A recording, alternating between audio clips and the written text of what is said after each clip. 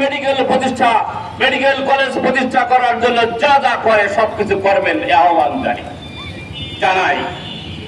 তাহলে না হয় উনি যদি ওনার দাবি থেকে ফিরে না আসে,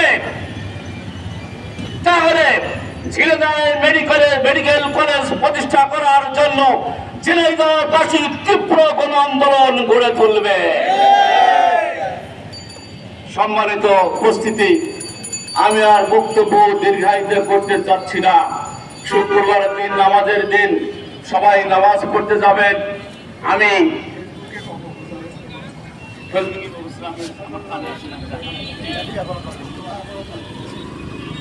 একটা দেখেছিলাম যে এমপি নিকো, আমি জবাব দেওয়ার প্রয়োজন মনে করি। আমরা যে সঙ্গে কথা বলছি, বিভিন্ন জায়গায় যাচ্ছি, বিভিন্ন জায়গায় আসছি, এই যে এখানে এসছি, এখানে এসে বক্তব্য দিচ্ছি, এরপরে প্রতিবাদ দেওয়ার দরকার আছে যে উনি নিখোঁজ? না, আমি হাজিরে বলবো, এ বলা যাবে ফালতু কথা। অতএব আমি আপনারা কিছু মনে করেন না, ফেসবুক আমি বেশি একটা ফলো করি না। আর ফেসবুকে এআই যা করে, কোনটা সঠিক কোনটা বেঠিক, কোনটা কি যে বললো, এ বোঝা খুব মুশকিল। এ কারণে আমি বেশি একটা ফলো করি না। সম্মানিত উপস্থিতি, আমাদের কথাই স্পষ্ট, আমরা ঝিনাইদহ শহরেই একটি মেডিকেল কলেজ প্রতিষ্ঠা করব ইনশাআল্লাহ।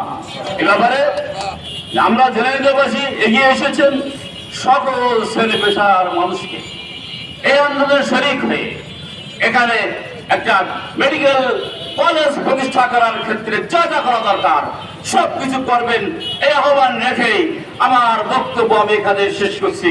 আসসালামু আলাইকুম ওয়া রাহমাতুল্লাহ।